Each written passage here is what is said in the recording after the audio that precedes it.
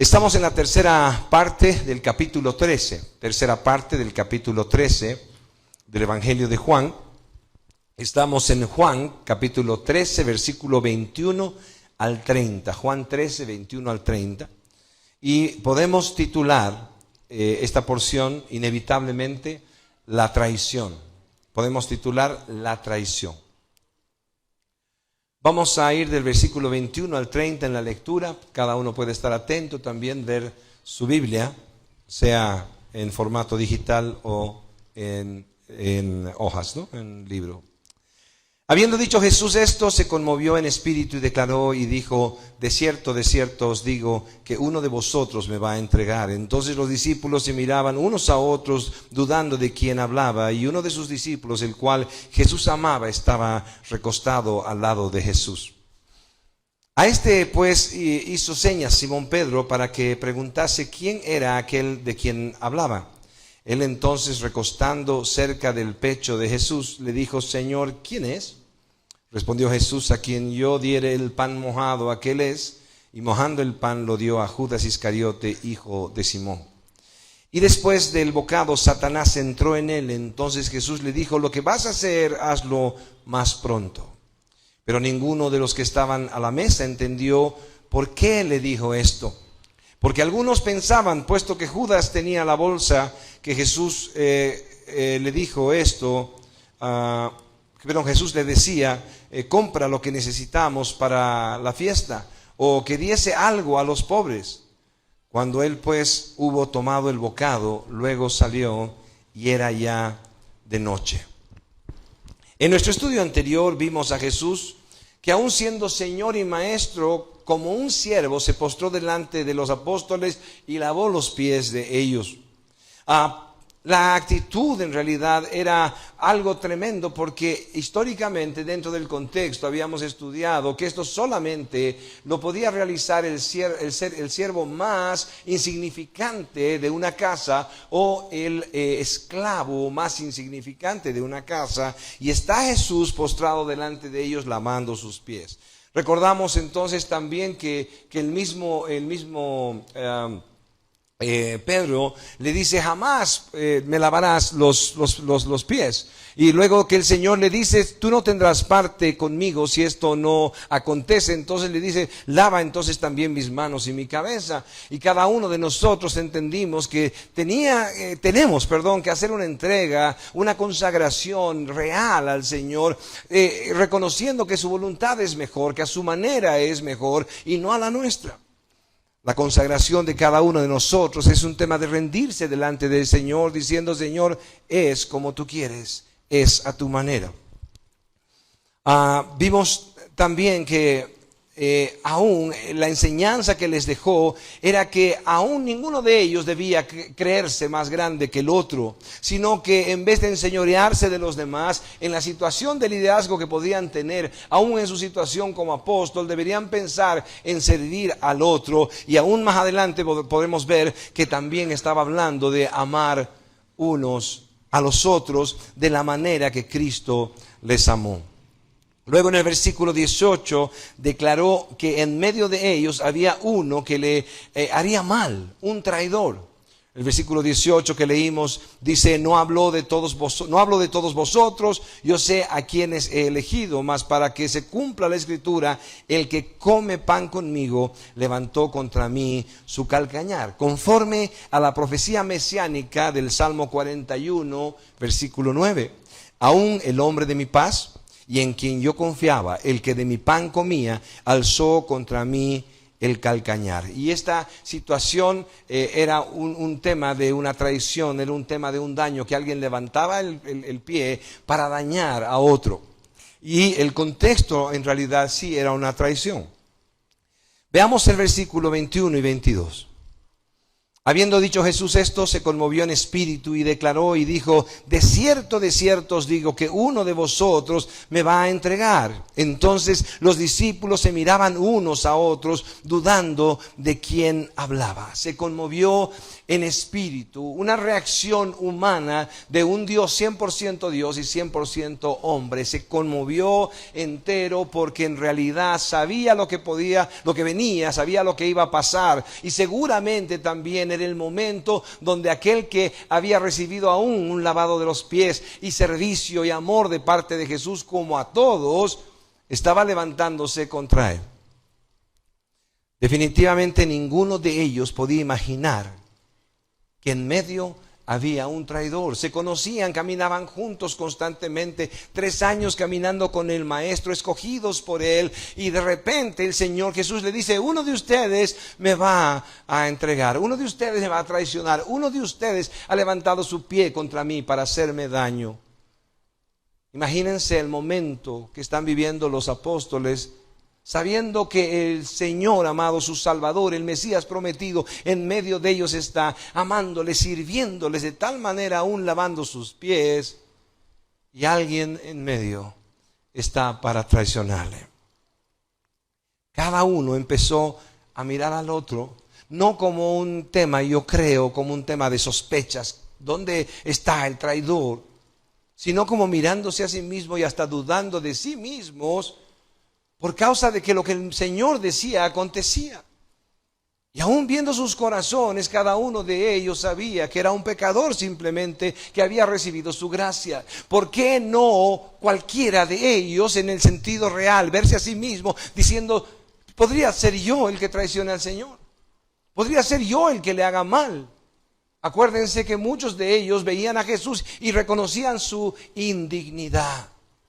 Se veían realmente como pecadores, aún después de haber vivido tanto como judíos religiosos, creyéndose buenos. Al encontrar a Jesús, reconocieron su perversidad, su maldad. Entonces puede ser que estaban mirándose uno al otro y diciendo: de repente soy yo. Oh Dios, esto es lo que vimos en la profecía. Alguien de confianza.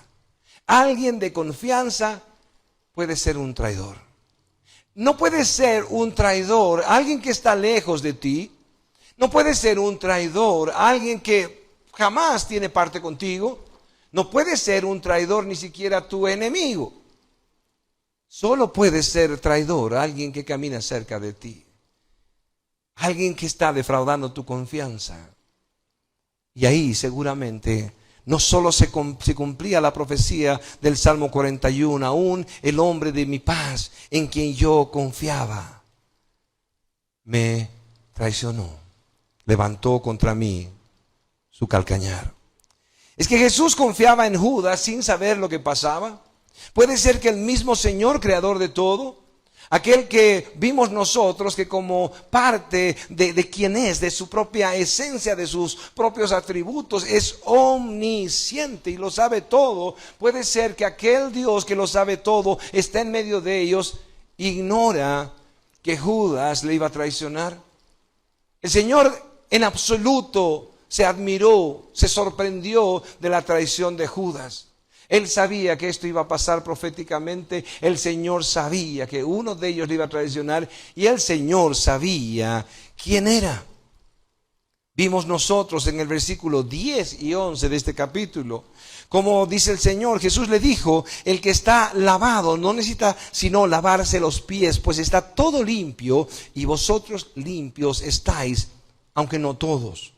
Porque sabía quién le iba a entregar. Por eso dijo: no estáis limpios todos. Así como nos enseña Jesús a amar a nuestros enemigos, Él tiene una actitud idéntica con Judas.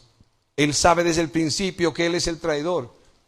Sin embargo, Él mismo le da mucha confianza. Él permite que pueda manejar las finanzas de esta iglesia naciente a través de Cristo y los apóstoles. Él deposita aún confianza. Tú manejas toda la economía. Él le enseñó todo lo que se le puede enseñar a alguien cercano, a alguien especial, como lo hizo con todos los apóstoles. Lavó sus pies y cenó con él. Y aun cuando le dio el bocado, Seguramente era porque la situación de Juan y de Judas era haberse sentado muy cerca suyo. No podemos comprender esta escena porque nosotros no actuaríamos así. ¿Cómo actuaríamos nosotros sabiendo que hay un traidor entre nosotros? ¿Cómo actuaríamos nosotros sabiendo que alguien está en una hipocresía tal que está hablando a nuestras espaldas y todo esto? Recibí en la ciudad de Cochabamba a un hombre, un hermano de la iglesia en La Paz, de una iglesia a la que yo pertenecía.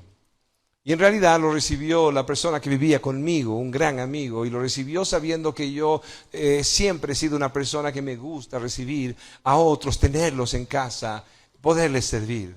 Entonces alegremente se acercó a mí y me dijo, ¿sabes quién está aquí en casa? ¿Sabes a quién hemos recibido? A tal persona, me dijo, está ahí con nosotros. Y yo le dije a él, ven un momento a solas y voy a hablar contigo. Y le dije, lo siento, sabes que yo conozco cómo eres tú y tú conoces cómo soy yo. Yo sé que lo has hecho de la mejor intención. Pero en este lugar, él no es bienvenido.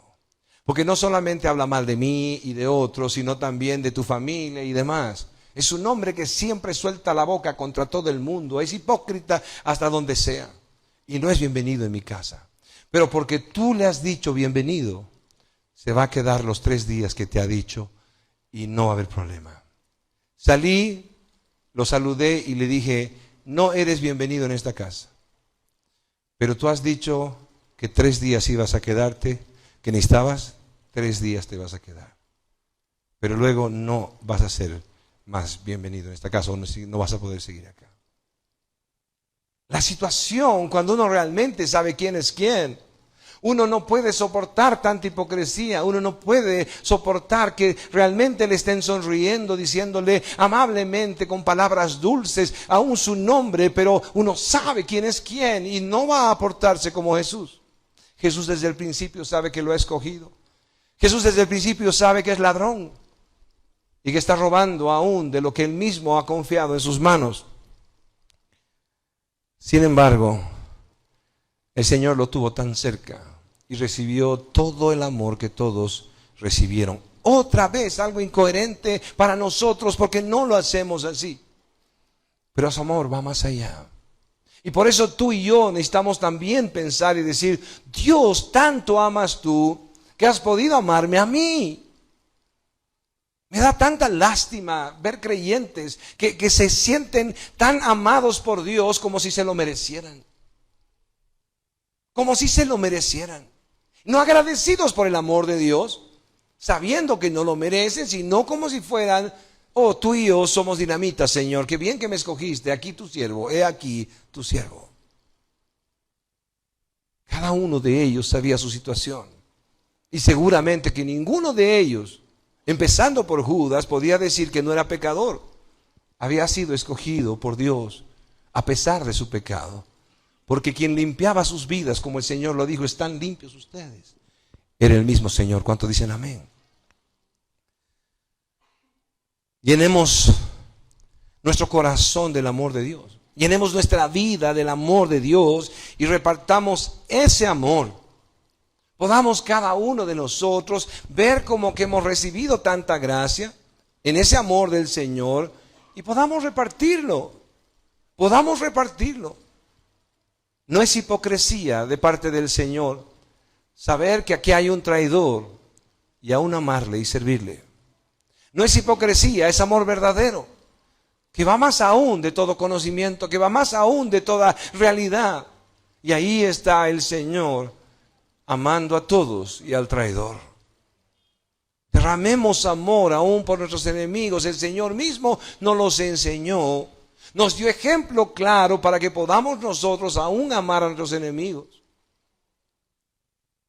Cuando fue asaltada mi esposa aquí en Tarija y le robaron y le lastimaron, pocos saben de esta historia, pero lo primero que hicimos, primero yo lo que hice es, Señor, guárdame de mal. Señor, tengo deseos de matar. Han tocado a mi esposa, han dañado a mi mujer. Si alguien daña a mi mujer o a mis hijos, ay de él. Estoy seguro que mi reacción inmediata es tomar venganza. En el camino para encontrarla a ella y al ladrón detenido, estuve orando y dije, Señor, tú quieres otra cosa. Y fui clamando al Señor y dije, Señor, líbrame de mi maldad. Líbrame de mi maldad. Cuando llegué estaba el ladrón en una parte y mi esposa en el otro lado, y solamente me acerqué a mi esposa y me dediqué a consolarla. Cuando llegamos a la policía para presentar la denuncia, lo que le dije a mi esposa, mi amor, tenemos que orar para perdonar. No importa que continúe el juicio, no importa que sea detenido, no importa que termine encarcelado, lo que la justicia haga es un tema, pero tú y yo, a pesar de todo lo que hagamos, tenemos que perdonar. Y pudimos orar en contra de lo que sentíamos, cada uno de nosotros, diciéndole al Señor, no importa lo que yo siento, es mejor a tu manera. Y perdonamos. Pocos meses después nos dijeron que no tenía antecedentes y que se podía dar libertad condicional o algo así. Y hablamos con mi esposa y dijimos, si supuestamente no ha dañado a nadie más y supuestamente no va a dañar a nadie más porque ni antecedentes tiene, aprobemos que sea libre. Dios lo hizo más grande todo esto. Él sabía que él estaba siendo vendido por Judas por 30 monedas de plata para ser asesinado. Él sabía que Judas le estaba entregando a sus verdugos. Y seguía con la sonrisa al lado de Jesús y al lado suyo, mientras tanto que están cenando. Juan a un lado apoyado en el Señor y Judas al otro lado, aún para recibir el bocado de su traición. Y el Señor todavía fue gentil. Veamos el paralelo, Mateo 26, 20 al 25. Cuando llegó la noche, se sentó a la mesa con los 12 y mientras comían dijo, de cierto os digo que uno de vosotros me va a entregar. Y entristecidos en gran manera, comenzó cada uno de ellos a decirle, ¿soy yo, Señor? ¿Soy yo, Señor? Ahora me entienden por qué les decía, no estaban buscando quién era el otro que iba a traicionarle, estaban pensando de sí mismos, reconociendo que simplemente son pecadores y estaban diciendo, Señor, yo lo voy a hacer. Yo lo voy a hacer dudando de sí mismos. ¿Por qué? Porque sabían que eran pecadores, como muchos cristianos no lo saben. Ellos sí lo sabían. Y eran los apóstoles de Jesucristo, y mirándose a sí mismos y delante del Señor, diciendo, puede ser que yo sea Señor. ¿Soy yo, Señor, el que te va a traicionar? Entonces, él respondió, dijo, el que mete la mano conmigo en el plato, ese me va a entregar. A la verdad el Hijo del Hombre va, según está escrito de él, mas ay de aquel hombre por quien el Hijo del Hombre es entregado. Bueno le fuera a ese hombre no haber nacido. Entonces respondió Judas, el que le entregaba, dijo, ¿soy yo, maestro? Y le dijo, tú lo has dicho. El colmo de la hipocresía. Judas, sabiendo lo que va a hacer, pregunta todavía, ¿soy yo, maestro? Y la respuesta de Jesús es clara, dejando a luz su hipocresía. Le dijo, tú lo has dicho. Aún no dejó de ser amable con él, porque no dijo algo tan público que todos se enteraron. Posiblemente Juan, que estaba tan cerca de Jesús y de Judas, fue el que escuchó, tú lo has dicho. Porque si hubiera dicho de alguna forma así explosiva, o aunque sea simplemente pararse y levantar la voz y decirle, tú lo has dicho, él hubiera sido humillado en ese momento. De repente alguien hubiera reaccionado mal contra él, hubiera golpeado, lo que sea. Pero Jesús fue amable hasta el final. Y le dijo, tú lo has dicho. Versículo 23, uno de sus discípulos, el cual Jesús amaba, estaba recostado al lado de Jesús. Esta frase llama mucho mi atención, porque es el apóstol Juan el que está escribiendo. Y si sonrío es porque es el colmo. Es Juan el que está escribiendo y dice, Y uno de sus discípulos, el cual Jesús amaba, estaba recostado al lado de Jesús. ¿Se pueden imaginar el contexto? ¿No es maravilloso? ¿No es maravilloso? Un amigo mío querido, Marcelo, que ya debería estar congregándose, vamos a jalarle la oreja, no voy a decir su apellido, un día dijo: pastor, ¿sabes qué? Ahora que te conozco, eres un pastor abrazable. O sea, alguien no solamente seguro de su amor por mí, sino de mi amor por él. Estaba seguro que era una persona que podía encontrar donde sea y abrazarle con todo cariño, y que iba a ser devuelto el amor. Y hasta el día de hoy nuestra broma siempre es: oh Marcelo, aquí está el pastor abrazable, tú eres un tipo abrazable. Aquí está Juan, seguro del amor de Jesús. Juan no está diciendo en ningún momento: Señor, yo me lo merezco, Dios. Oh, yo sí soy el amado del Señor porque soy tan bueno con Él, yo le sirvo todo el tiempo. Juan sabe del amor de Dios para su vida, sabiendo aún que Jesús le conoce directamente y profundamente, y él está pegado a Jesús diciendo: Él me ama, Él me ama.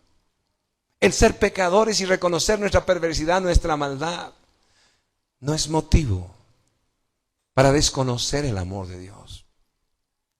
Hay algunos que no están como Juan, así como un gato ronroneando pegado a Jesús, como si fuera el más necesitado del amor de Cristo. Hay algunos que están esperando merecer este amor. Hay algunos que están esperando merecer este amor. Señor, cuando sea digno, voy a servir. Señor, cuando sea digno, Señor, voy a congregarme. Señor, cuando sea digno. ¿Se dan cuenta la necedad tan grande? Están creyendo que algo de dignidad tendrán delante del Señor. Están compitiendo con la cruz de Cristo, el pago para ser amados por Dios. Están compitiendo con el sacrificio de Cristo, diciendo: Señor, está hermoso tu sacrificio, qué duro, qué terrible, pero yo voy a poner de mi parte y voy a ser alguien amado por ti, porque voy a ser digno, voy a merecerlo. Juan está seguro de su indignidad, pero está más seguro del amor de Cristo. Oh Dios. Y uno de sus discípulos, al cual Jesús amaba, estaba recostado al lado de Jesús. Creo que podemos aprender de Juan. Debemos vivir seguros del amor de Dios. Debemos vivir seguros del amor de Dios. Y debemos estar tan cerca de Él para disfrutar de su presencia. ¿Cuántos dicen amén? Debemos vivir seguros del amor de Dios y tan cerca de Él como para disfrutar de su presencia. No como algo místico, sino aquel que se puede acercar al Señor una y otra vez. Señor, enséñame a amarte. Señor, enséñame a deleitarme. El mundo es hedonista y simplemente se deleita en sus placeres mundanos. Cree que ahí está la felicidad. Por eso muchas iglesias le están poniendo a la gente que asiste, le están poniendo discoteca cristiana más o menos el domingo, le están poniendo chacota cristiana, no sé lo que sea, cómo se llama. ¿Para qué? Para que la gente esté feliz en la iglesia. Mientras tanto, nosotros vemos vidas que se deleitan en el Señor porque han aprendido a amarle. Somos tan perversos que nos cuesta tanto amar al Señor sobre todas las cosas. Nos seguimos amando a nosotros mismos. Pero cuando nos dejamos amar por Dios y le rogamos: Señor, enséñame a amarte, entonces empezamos a deleitarnos en Él. Oh Dios. Versículos 24 y 25. A este pues hizo señas Simón Pedro para que preguntase quién era aquel de quien hablaba. Él entonces, recostado cerca del pecho de Jesús, le dijo: Señor, ¿quién es? El Señor está hablando de que hay en medio de ellos uno que le va a traicionar. Pedro sabe que Juan es como digo, un gato ronroneando alrededor de Jesús y que es amado por Jesús. Pedro reconoce una relación especial. Ubican que hay personas que han sido lastimadas tantas veces que nadie se les puede acercar para amar. Cuando uno se acerca al Señor y recibe el amor de Dios, ya no le importa su pasado. Se entrega a amar a los demás y está dispuesto a ser herido de nuevo. Porque ya no vive para sí, ya el centro no es el mismo. Ahora su centro está en Cristo. Qué ejemplo el del Señor Jesús, amando a todos y aún sabiendo que había un traidor en medio de ellos y que le iba a dañar y que le iba a herir. Sabiendo que Pedro también le iba a negar y sabiendo que todos los apóstoles iban a huir cuando él fuese detenido. Y siguió amando. El amar de Dios en nosotros debe correr riesgos siempre. No importa que te ame tanto para que después me hieras, no importa. Porque no podemos nosotros dejar de amar por causa de que hemos recibido tanto amor por su gracia. Y si aún así, amando tanto, nos hieren, está bien. Porque ya no somos el centro del universo, ya no vivimos para nosotros mismos. Nadie tiene que hacer sanidad interior en mi corazoncito porque tanto he sufrido. El año que el Señor sale en mi corazón, no. Porque cuando nos convertimos a Jesucristo dejamos de ser nosotros y decimos, Señor, no importa más de mi pasado, no importa más de mis heridas, ahora voy a dar de gracia lo que recibo de gracia, tanto amor. Alguna vez les enseñé cómo vivir un matrimonio. Y les decía delante de mi esposa, cuando mi esposa me lastima y me dice, mi amor, perdóname, yo le digo, mi amor, te perdono y me puedes lastimar de nuevo. No porque soy Superman, sino porque ya no se trata de mí, como ya no se trata de ti. ¿Cuántos dicen amén? Dios nos dé gracia. Y ahí está Pedro reconociendo la relación de Juan, sabiendo que está tan cercano a él constantemente, y le dice, pregúntale, ¿quién es? Y ahí Juan, recostado así en su pecho, seguramente levanta la cabeza y le dice, Jesús, ¿quién de nosotros te va a traicionar? Y ahí suavemente, posiblemente nadie más escucha que Juan y Judas, aquel que va a recibir este pedazo de pan, es el que me va a traicionar. ¿Qué diferencia entre Juan y Judas? Ambos fueron escogidos para caminar por 3 años con Jesús y levantar la iglesia de Cristo. Le acompañaron en su ministerio, ambos escucharon de su propia boca las maravillas del reino de Dios y sus promesas. Presenciaron milagro tras milagro y cuántas cosas más. Judas prefirió 30 monedas de plata a seguir a su lado. Juan prefería el amor de Jesús y su presencia, y estoy seguro, más que todo el oro del mundo. En 2 de Timoteo 3:4, la palabra de Dios condena a los que aman más los deleites de este mundo que a Dios. En 2 de Timoteo 3:4, la palabra de Dios condena a los que aman más los deleites de este mundo que a Dios.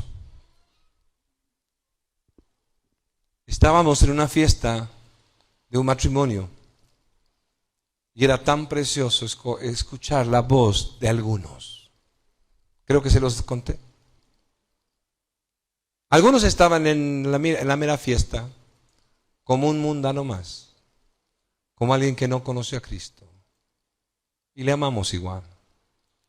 Pero otros estaban sentados, clavándose los pies para no moverlos, amarrándose a la silla porque ya su cadera estaba con el ritmo. Y cuando me acerqué dijeron, el Señor me ha sacado de ahí. El Señor me ha librado de todo esto. ¿Cómo voy a volver atrás? El Señor ha pagado un precio de sangre por mí. Él merece más de mí. ¿Cuántos dicen amén? Arrepintámonos cuando estamos negociando con los deleites del mundo como si fuera una vacación a Egipto. Arrepintámonos cuando estamos nosotros dándonos permiso de lo que el Señor nos da permiso, diciendo no es tan malo, solo es una farra al mes, solo me chispeo, no me emborracho. Al fin y al cabo, ¿qué es un bailongo? No importa, es mover el esqueleto. Hasta el Señor se debe alegrar de tanto que sonreímos y nos alegramos. ¿Por qué seguir en el mundo cuando el Señor ha pagado un precio tan alto por nuestras vidas? ¿Cuántos dicen amén? Judas prefirió las 30 monedas de plata. ¿Cuáles son tus 30 monedas de plata? Juan prefirió el amor de Dios. ¿Prefieres tú el amor de Dios? Dile al Señor, Señor, prefiero amarte. Tú eres digno de más de mí, Señor. Y entrega tu vida a Jesús. Nada a medias sirve. Nada a medias sirve. Hasta el Apocalipsis dice que los tibios serán vomitados de la boca de Dios. Oh Dios, que Él pueda transformar tu vida y mi vida. Que podamos entender la diferencia entre Judas y Juan y tomemos la decisión correcta. Yo no puedo obligar a los demás a que sigan la santidad y se consagren al Señor. Yo no puedo obligar a nadie. Le traigo aquí, la Comunidad Cristiana de Restauración prohíbe baile, chupa y no sé cuántas cosas más. Yo no puedo poner mi cartel para tener más hipócritas en la iglesia.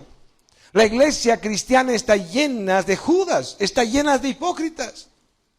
Y cada reglamento que ponemos aquí es como los fariseos, simplemente desarrollando mayor hipocresía. Pero la Escritura dice que roguemos a otros que se reconcilien con Dios. Así que, iglesia, una vez más te ruego, y escucho aún mi voz como un eco, para que cada uno de nosotros decidamos por Cristo. No estemos juzgando a los demás, no estemos juzgando a los débiles. Miremos nuestra propia vida y consagrémonos nosotros. Oh Dios. Pastor, sabe que no voy a la iglesia porque hay mucho hipócrita. Y yo le respondo y digo, yo era uno de ellos hasta que decidí quedarme en la iglesia y ser diferente porque Cristo merece más. Cada uno de nosotros puede afectar a otros si toma decisiones de consagración para siempre. El Salmo 1, 1 y 2 dice que es más feliz, bienaventurado, más que feliz el varón que no anduvo en consejo de malos, ni estuvo en camino de pecadores, ni en silla de escarnecedores se ha sentado, sino que en la ley de Jehová está su delicia, y en su ley medita de día y de noche. Otra vez, dice que es más que feliz el varón que no anduvo en consejo de malos, ni estuvo en camino de pecadores, ni en silla de escarnecedores, de los que se ríen del otro. Que su alegría es reírse del otro, las orejas del otro, el tamaño del otro, la gordura del otro, la flacura del otro, la falta de pelos de uno, la falta de pelos del otro. Necios que viven riéndose de otros. ¿Y qué dice? Bienaventurado el varón que no anduvo en consejo de malos, ni estuvo en camino de pecadores, ni en silla de escarnecedores se ha sentado, sino que en la ley de Jehová está su delicia, y en su ley medita de día y de noche. Más que feliz es aquel que se deleita en el Señor. ¿Con quién te identificas? ¿Con quién me identifico yo? Oh Dios bendito, ¿tú has hallado en Jesús lo más precioso de tu vida? Que puedas atesorar tu relación con Cristo, que podamos atesorar nuestra comunión con Él, que el mundo entero se enoje contigo porque amas tanto a Dios y porque dicen que eres un cuadrado, porque eres un fome, un aburrido, y sigan su camino al infierno si no escuchan tu ruego para que se arrepientan. Pero que Cristo pueda decir, ese es mi hijo amado en quien tengo complacencia, como lo dijo con Jesús. ¿Cuántos dicen amén? ¿No es mejor? Juan, motivado por Pedro, le pregunta a Jesús quién era el que le traicionaría. Versículo 26, respondió Jesús: a quien yo diere el pan mojado, aquel es. Y mojando el pan lo dio a Judas Iscariote, hijo de Simón. Volvemos a ver el cumplimiento de la profecía del Salmo 41. Salmo 41, 9. Aún el hombre de mi paz, en quien yo confiaba, el que de mi pan comía, alzó contra mí su calcañar. Versículo 27. Y después del bocado Satanás entró en él. Entonces Jesús le dijo: lo que vas a hacer, hazlo más pronto. Judas había sido tentado por Satanás por el amor al dinero. Por su codicia eligió ganar 30 monedas de plata sin importarle poner a Jesús en manos de sus verdugos. Pero desde antes de esto, él estaba movido por su pecado. Lo vimos en Juan 12, 4 al 6, un capítulo antes del que estamos estudiando. Y dijo uno de sus discípulos, Judas Iscariote, hijo de Simón, el que le había de entregar: ¿por qué no fue este perfume vendido por 300 denarios y dado a los pobres? Pero dijo esto no porque se cuidara de los pobres, sino porque era ladrón. Y teniendo la bolsa, sustraía de lo que se echaba en ella. Está María, la hermana de Lázaro, y Marta derramando ese perfume y limpiando los pies de Jesús, secando con sus cabellos los pies. Y Judas está diciendo: ¿cómo puede haber sido derramado este desperdicio de tanto dinero por lavar los pies de Jesús? Deberíamos hacer una obra estupenda. Parece que Judas no solamente sacaba el dinero de la bolsa, sino que también le gustaba ofrendar con dinero ajeno. ¿Por qué no la tía Chunti diezma y ofrenda para que sustente la iglesia? Y la pregunta es: ¿por qué yo no?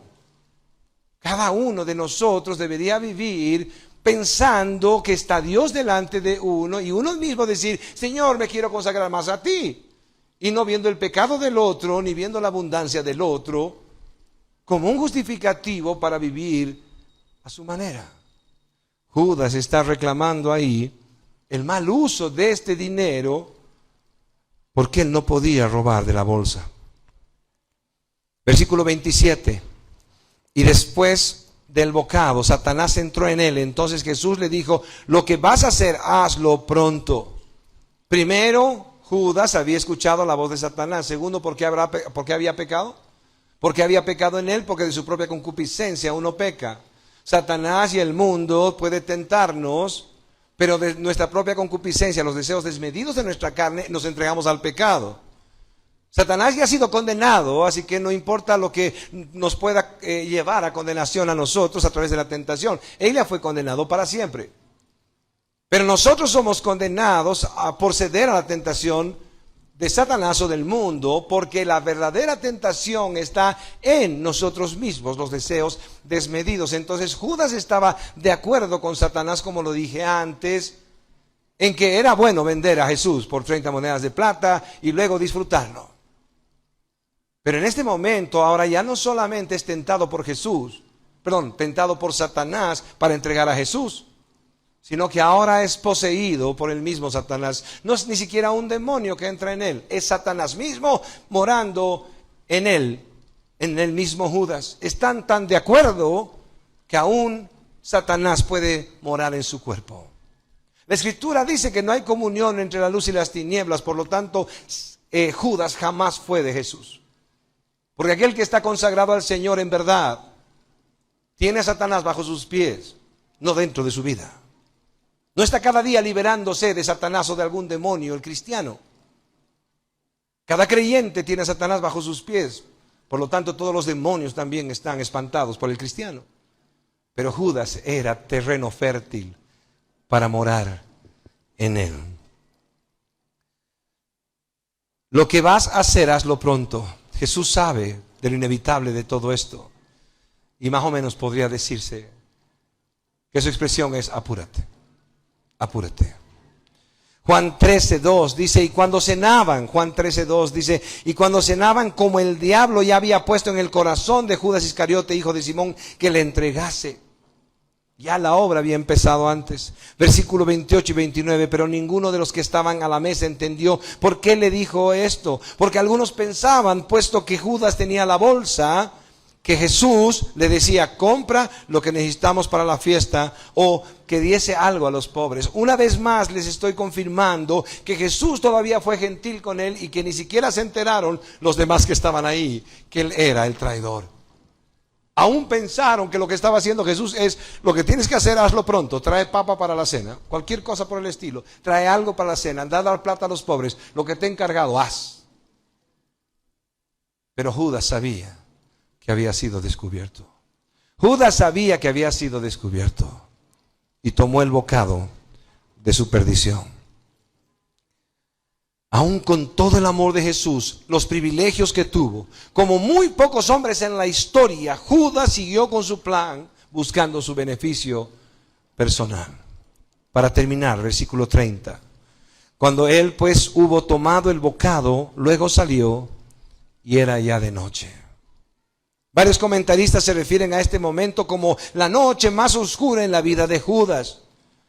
Creo que nunca tuvo luz, a pesar de haber estado 3 años con la luz de este mundo a su lado.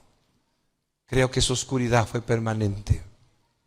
Esto nos enseña que podemos estar años en medio de la iglesia y seguir con el corazón tan endurecido como cuando llegamos, amándonos a nosotros mismos, al dinero y buscando nuestras codicias y nuestros deleites, nuestro hedonismo ahí primando, en vez de morir a nosotros mismos y convertirnos a Jesucristo.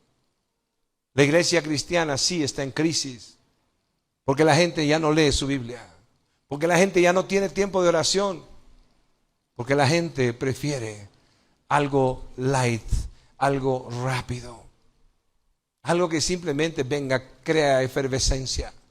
Oh pastor, cada vez que voy a la iglesia me siento de bien. No vienes a la iglesia para sentirte bien. Vienes a adorar al Señor. Vienes a crecer delante de Él, en amor hacia Él. Estamos sentados aquí reunidos para adorarle, porque Él es digno. ¿Cuántos dicen amén? Y rogándole al Señor, Señor, haz algo en mi vida. Quiero consagrar mi vida. Sé que soy un pecador. Dios, te necesito. Y cada día de nuestra vida debería reflejar lo mismo. Oh Dios, llegamos con un corazón duro delante de Dios. Llegamos amando los deleites más que a Dios. No sea que después de tanto tiempo sigamos igual. No sea que después de tanto tiempo sigamos igual.